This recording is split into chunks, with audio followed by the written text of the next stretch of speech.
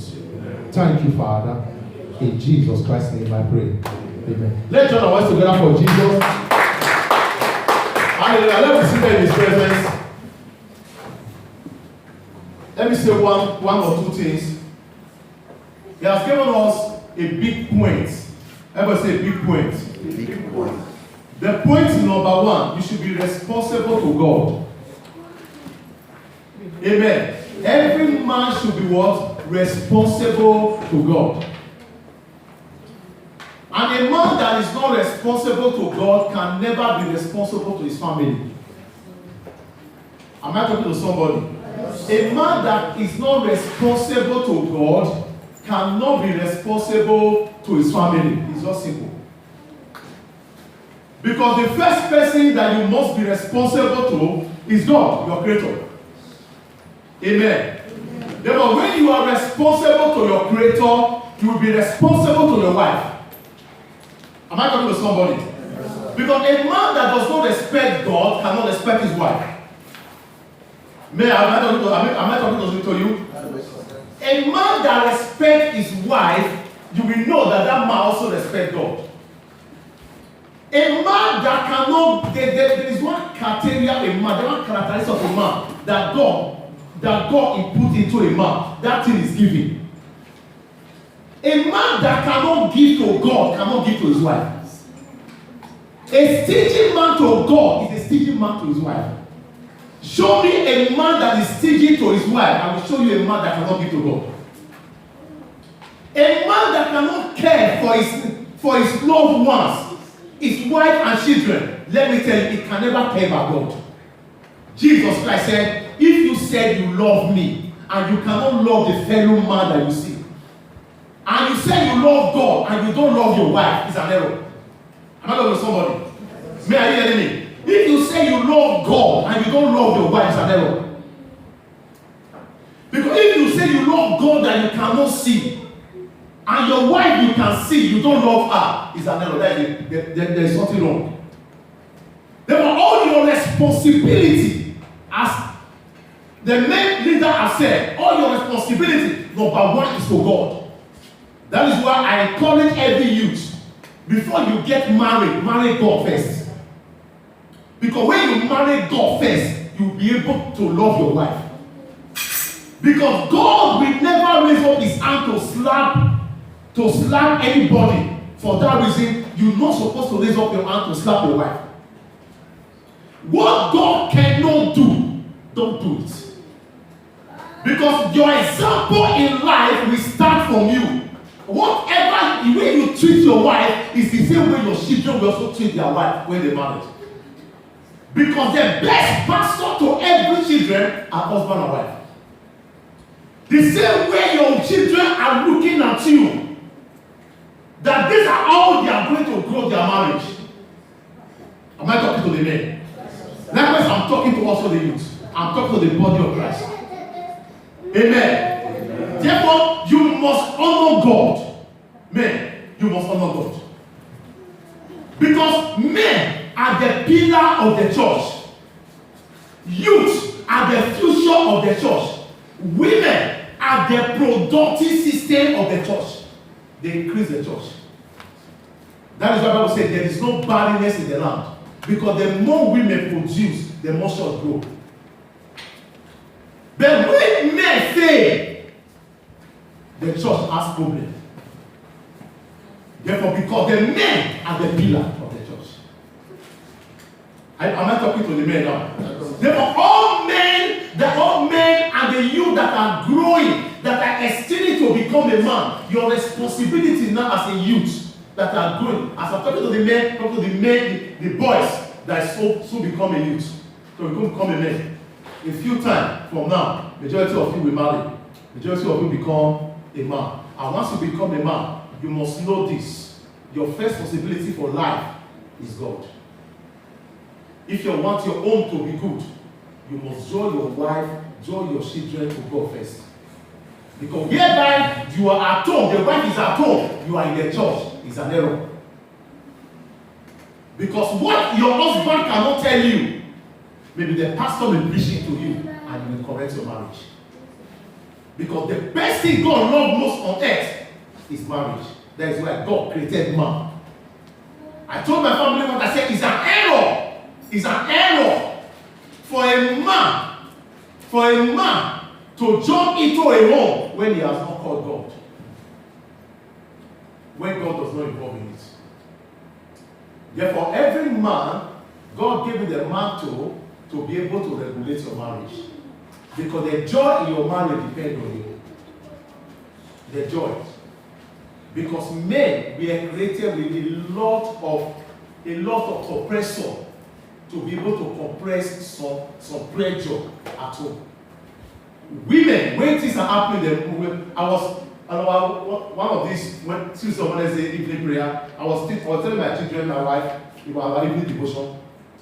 The difference between man and a woman, the both of them were wired difference. Man are wired different, women are wired different. A man can do one thing at a particular time. Women can do several things at a particular time. Women can be cooking, can be washing plates. Women can be washing clothes, and be sweeping, and be mopping. The same time running it, but a man cannot do that. And if you want to put man under that pressure, the man can swap and say, "Okay, don't disturb me. Let me finish one before the other." That's why the way women are wiring are different from the way men are wiring. Therefore, when a woman has a problem, a woman wants to solve that problem now. But the man wants to think. Even though there is nothing to think, we still want to think. The woman will say, "This thing is getting too much." The man said, "Let me think first." And truly, it is good to think. I know what I'm saying now. Because so that you will not end up, because when you end up, and the couple was driving, as they were driving, the wife said, "Follow here." And the man said, "No, we are not supposed to follow here." The woman said, "Follow this place." The man did not think, and the man followed. 2 months later, they said, "We let motor came." And the woman was not saying, the man was not saying, "You asked me to follow it." The man said, "You don't get it, you don't think. Did that all stand on your heart?" And the woman said, Did I drag the steering with you? If you bend to this side, will I say you should not bend to that place? You follow now, the tier 200 something euro motor home. About 370 something euro. At the end of the day, the man keep quiet. Women are like that. Women like pressure. They push you. Because when women are talking to a man, men say they are nagging. Women does not nag. Women prophesy. I cannot say now. How did they prophesy? You told the woman that you will buy reform for her. And you did not buy the reform. And she's now reminding you, reform. You are nagging. It's not nagging. It's prophesying, telling you what you have said. It's not telling you what you have said. It's trying to remind you. Praise God. Why the man will say, wait, I will do it at the appropriate time. The appropriate time may be 2 years. But the woman knows that it may proceed long. The man will not say, "Okay, don't worry, I will see what I can do." What am I trying to say? The life of a man, the man, and the life of the woman are different. A man of valor must be able to study the type of wife you marry. You must know what picks the wife up. You must know what you are supposed to do that will make your home to be good. Praise God. Because I have said this several times, there is no woman that you will give love, except the woman is a wish. That you will give love that will not be submissive to you. I said they send the woman to come and frustrate your life. Any woman say to any youths that are not married, that want to frustrate your life, today, I condemn that woman in the name of Jesus. Yeah. Any woman, even though you are in a relationship now, and the woman is sent to pull you down, by the Kato, Paseleka, Jelege, Sandoria, Moko to Panda, I command that woman not to locate you. Yeah. In the name of Jesus Christ. And I pray for the men.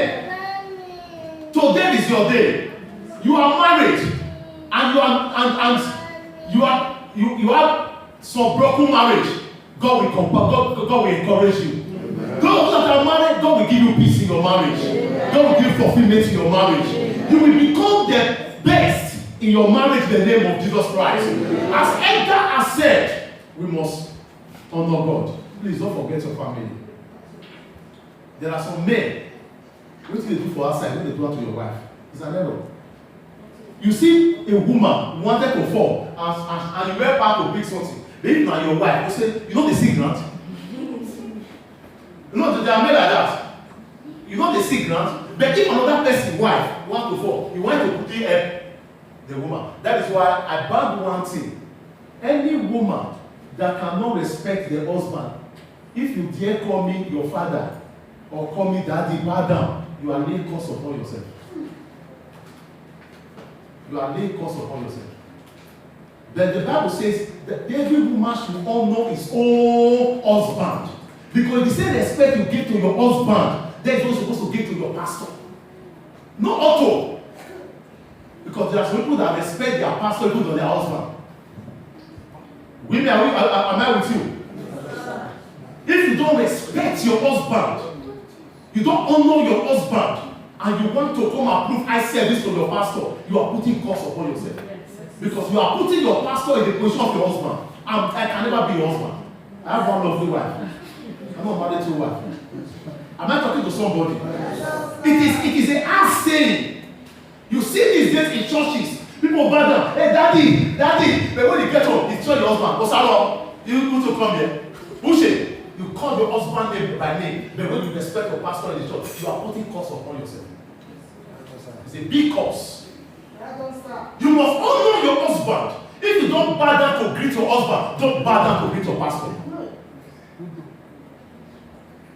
If you don't kneel down to greet your husband, don't ever try it anywhere you go. If not in this church or any church you enter, you want to bow down to greet a pastor that you don't even know they have a character that is even worse than your husband's own.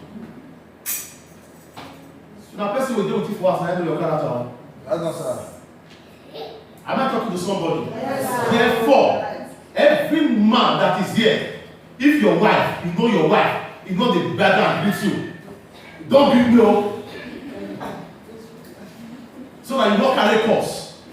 I'm standing on this altar to say it. And any ministry, I've been preaching now for almost 25 years. Any ministry I enter, I always tell people, if any member, any woman, because women are good in that aspect, they don't respect their husband, they want to come and kneel down and greet their pastor. It's a curse. Bible says your own husband. Your own husband. May God help us in Jesus' name. Amen. Have I talked to somebody?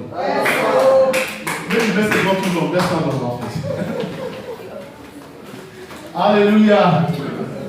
Jesus Christ said, blessed are those who are not offended in this world. How about not offended anybody? Yes, sir. Have I offended you? No. If I offend you, please, I'm sorry. No. But any woman that will greet me if I don't greet your husband is a curse. That one is not an offense. That one is bad.